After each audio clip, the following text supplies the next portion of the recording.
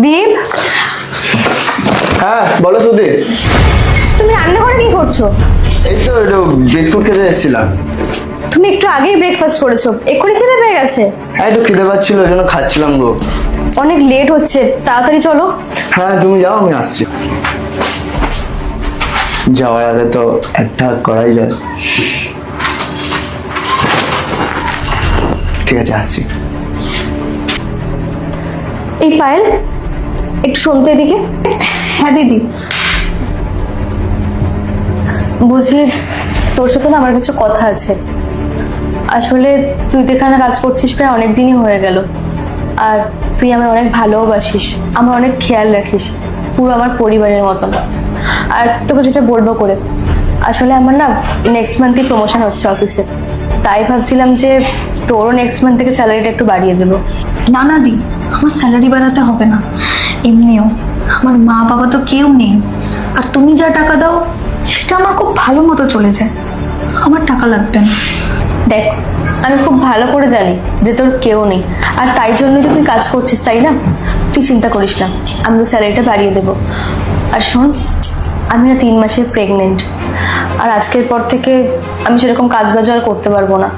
আজ থেকে সমস্ত কাজ তোকে একাকেই করতে হবে, তাই বলছি সবটা একটু ম্যানেজ করে নিস। আর শোন, আমার বাচ্চা যখন বড় হবে না, তোকে আমি ছোট মা বলে ডাকতে বলবো। তুমি আমায় এতটা ভালোবাসো দিদি?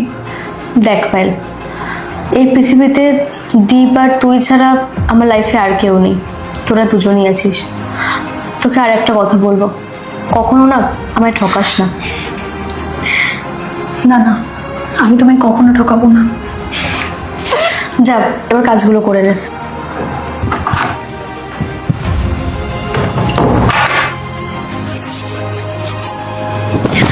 কি করছো? দিদি চলে আসবে তো। তোমার দিদি এখন ফোনে ব্যস্ত আছে। দীপ দেখো, আমরা যা করছি একদম ভুল করছি, আমরা দুজনেই দিদিকে ঠকাচ্ছি। কি সব উল্টো পাল্টা কথা বলছো তুমি? উল্টো পাল্টা কথা বলছি না, এটা আমি ঠিক বলছি। দেখো দীপ, দিদি তোমাকে অনেক ভালোবাসে আর আমাকে বোনের চোখে দেখে। আমরা দুজন দিদিকে ঠকাচ্ছি। আরে আমরা ছাড়া দিদি আছেই বাকি এই পৃথিবীতে। আমাদের এগুলো বন্ধ করতে হবে, আমরা যা করছি একদম ভুল করছি দীপ। তুমি একটু বেশি ভাবছো না ওকে নিয়ে? বেশি ভাবছি না, আমি একদম ঠিক ভাবছি। আর ঠিকই তো, আমরা তো এটা ভুল করছি, এটা আমাদের এখন বন্ধ করতে হবে। এটা অনেক বাড়াবাড়ি হচ্ছে দীপ। দেখ, যতক্ষণ না আমি চাইবো না কোনো কিছু শেষ হবে না। আর যদি বেশি বাড়াবাড়ি করিস না, তোকে এই বাড়ি থেকে ফাঁসি দিয়ে বার করে দেবো।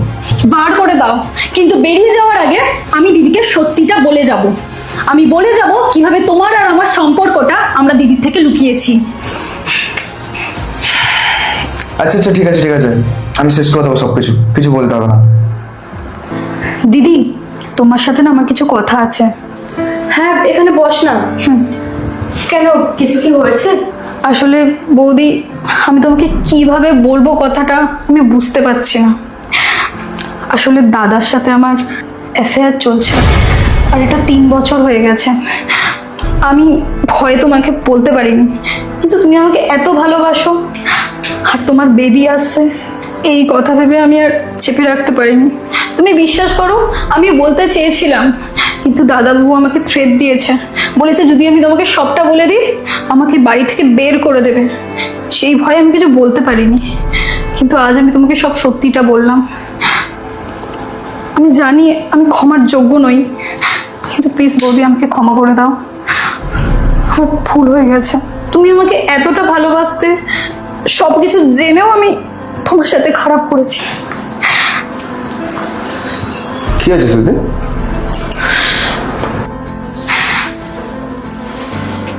দীপ, তুমি আমারই পিঠ পিছনে আমাকে ধোকা দিচ্ছিলে। কিসব ফালতু কথা বলছো তুমি? কি বলছি মানে? আমি এখন কি বলছি তুমি কিচ্ছু বুঝতে পারছো না, তাই না? তুমি আমারই বাড়িতে থেকে আমার বাড়ির কাজের মেয়ের সাথে অ্যাফেয়ার চালাচ্ছ, আমাকে চিট করছো। আচ্ছা এই ব্যাপার। আসলে পায়েল না তোমাকে মিথ্যে কথা বলেছে, ওর সাথে আমার কোনো অ্যাফেয়ার নেই। আসলে ও না টাকা চুরি করতে গিয়ে ধরা পড়ে গেছিল আমার হাতে, আর আমি যখন তোমাকে বলতে আসতে যাচ্ছিলাম তখন আমাকে ভয় দেখায় যে ও বলে দেবে যে তোমার আমার অ্যাফেয়ার আছে, এই জিনিসটা মালিকের কাছে গিয়ে বলে দেবে। একে তো টাকা চুরি করলে, তারপর আমার উপর দোষও লাগাচ্ছ। না না বৌদি, আমি কোনো টাকা চুরি করিনি। আসলে কি বলতো, আমি তোমাকে সব সত্যি কথা বলে দিয়েছি তো, ওর জন্য ইচ্ছা করে আমার নামে মিথ্যা কথা বলছে। আমি কিছু করিনি। আচ্ছা, তুই কোনো টাকা চুরি করিসনি? যা তো, তোর ব্যাগটা নিয়ে আয় তো। ঠিক আছে। পায়েল, তুই যে বললি তুই কোনো টাকা চুরিই করিসনি, তাহলে এগুলো কি? আমি জানি না বৌদির আমার ব্যাগের টাকাটা কি করে এলো। আমি সত্যি টাকাটা নিইনি। ব্যাস, আর নাটক করিস না। আসলে কি বলতো, তোকে আমি বিশ্বাস করেছিলাম, আমি আমার ছোট বোনের মতো মনে করেছিলাম, আর তুই কি করলি? আমাকে কন্টিনিউ মিথ্যার পর মিথ্যা বলেই গেলি। তুই আমার হাজবেন্ডের উপর দোষ দিচ্ছিলিস যে না, আমার হাজবেন্ড তোকে বলেছে কাজ থেকে বার করে দেবে, থ্রেট দিয়েছে, তাই তো?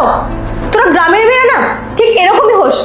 তোকে আমি এখানে রাখছি, খাওয়াচ্ছি, পড়াচ্ছি, আবার এটাও বললাম যে না, তোর স্যালারিটা আমি বাড়িয়ে দেবো, শুধু তোর মুখের দিকে তাকিয়ে। আর তুই কি না আমার পিছনে এইসব করছিস? না, তুই যা করেছিস না, এই বাড়িতে আমি তোকে আর কাজে রাখতে পারবো না। তুই এক কাজ কর, তোর জামা কাপড় গুছিয়ে নে আর বাড়ি থেকে বেরিয়ে যা, চলে যা এক্ষুনি।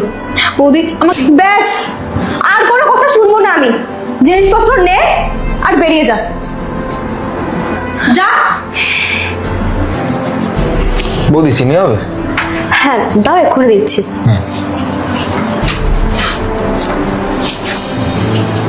না, বৌদি একটা কথা বলবো, ওই কাজের মেয়েটা দেখতে পাচ্ছি না। আসলে ওকে আমি কাজ থেকে ছাড়িয়ে দিয়েছি। ঠিকই করেছো, আমিও মানে বাইরে কিছুদিন আগে দেখছিলাম দাস তো উল্টো পাল্টা করছিল।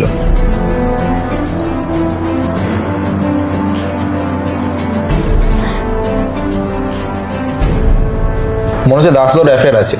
তার মানে পায়েল যা বলেছিল ঠিকই বলেছিল, আমি শুধু শুধু ওকে ভুল বুঝে বাড়ি থেকে বার করে দিলাম। আচ্ছা ঠিক আছে, তুমি এখন যাও। ঠিক আছে।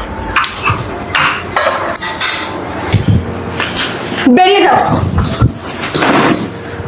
আরে তোমার থেকে তো ভালো ওই মেয়েটা ছিল, ও অন্তত আমার সত্যি কথা বলেছিল, আর তুমি কি না ওকে ভুল প্রমাণ করে দিলে। শোনো, তোমার সাথে আমি আর থাকতে পারবো না, এই ব্যাগটা নাও আর এখান থেকে বেরিয়ে যাও। শ্রুতি, আমার কথাটা শোনো। ব্যাস, তোমার আর কোনো কথা আমি শুনবো না। ব্যাগ নাও আর বেরিয়ে যাও। শ্রুতি, আমার কথাটা শোনো। শ্রুতি প্লিজ।